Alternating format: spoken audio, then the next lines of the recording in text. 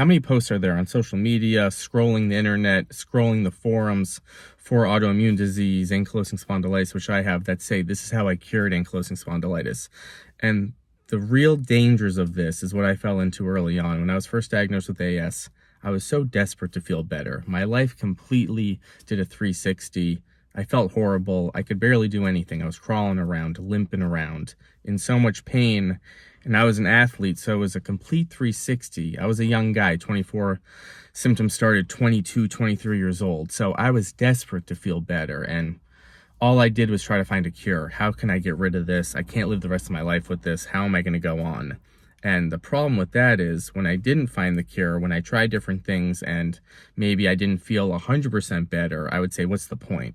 What's the point of trying to attack this? They just keep telling me this is going to get worse. What's the point of doing anything? And that is a very dangerous position to be in, especially with ankylosing spondylitis, because we have to be consistent. We have to do things that are sustainable. We're thinking about inflammatory markers. We're thinking about if we have degeneration in our bodies. We have to do anything we can just to keep moving and to feel better.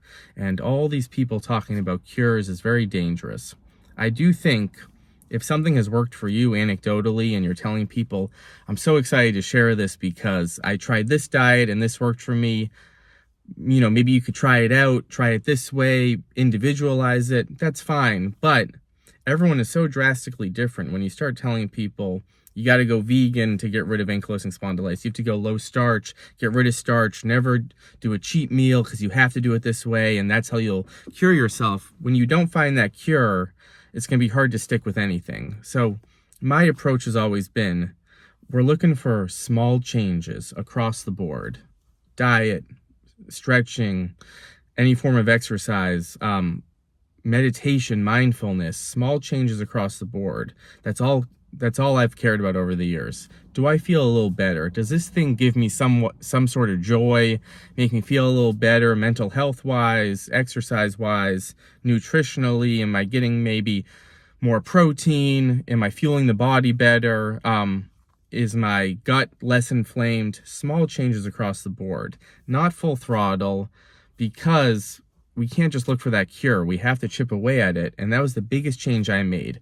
I stopped forcing things. I stopped worrying about, did this cure me right away? And instead I said, is this giving me just a little bit of better mobility in the body? Am I able to exercise without pain? Am I eating better? Or maybe I had to lose a little bit of weight, so maybe I'm losing a little bit of weight.